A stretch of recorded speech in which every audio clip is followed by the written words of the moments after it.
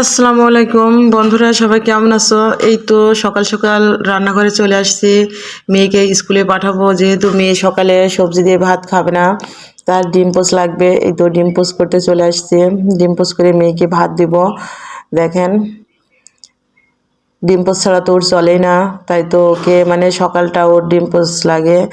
আমি আসলে ওকে ডিম পোচ করে দিই, ডিমটা সেভাবে পোড়াই না, এভাবে একটু কাঁচা কাঁচাই থাকে, সেভাবে খাওয়াই। এভাবে খাওয়াইলে আসলে গ্যাসের সমস্যা হয় না বাচ্চাদের।